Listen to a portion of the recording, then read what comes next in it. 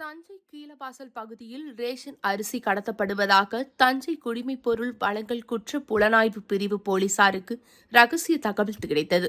அதன் பேரில் துணை போலீஸ் சூப்பரண்ட் நித்யா மேற்பார்வையில் இன்ஸ்பெக்டர் முருகானந்தம், சப் இன்ஸ்பெக்டர் மற்றும் போலீசார் வாகன சோதனையில் ஈடுபட்டிருந்தபோது அது வழியாக வந்த ஒரு சரக்கு ஆட்டோவை மறித்து சோதனை மேற்கொண்டனர். அப்போது அந்த ஆட்டோவில் ரேஷன் அரிசி மூட்டைகள் இருந்தது கண்டுபிடிக்கப்பட்டது. மேலும் ஆட்டோவில் இருந்தவர்கள் கொடுத்த தகவலின் பேரில் பூமால் ராவுத்தன் கோவில் தெருவில் உள்ள ஒருவர் வீட்டிலிருந்தும் சில ரேஷன் அரிசி மூட்டைகளை போலீசார் பறிமுதல் செய்தனர். சரக்கு ஆட்டோ மற்றும் வீட்டிலிருந்து மொத்தம் 50 கிலோ எடை கொண்ட 60 மூட்டைகளை போலீசார் பறிமுதல் செய்தனர். மொத்தம் 3 டன் ரேஷன் அரிசிகள் பறிமுதல் செய்யப்பட்டது. மேலும் சரக்கு ஆட்டோவையும் பறிமுதல் செய்யப்பட்டன.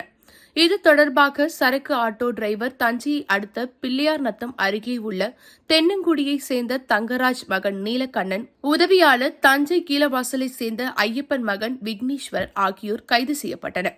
மேலும் அரிசி மற்றும் சரக்கு ஆட்டோ உரிமையாளரான உதவியாளர் நவீன்ராஜ் ஆகிய 2 பேரை தேடி வருகின்றார்கள். இவர்கள் தஞ்சை கீழவாசல், கரந்தை, பள்ளியக்கிரகாரம் பகுதிகளிலிருந்து குறைந்த விலைக்கு ரேஷன் அரிசியை வாங்கி கள்ளச்சந்தையில் விற்பனை செய்து வந்தது தெரியவந்தது. இதையடுத்து கைது செய்யப்பட்டவர்களை போலீசார் கோர்ட்டில் ஆஜர்படுத்தி சிறையில் அடைத்தனர்.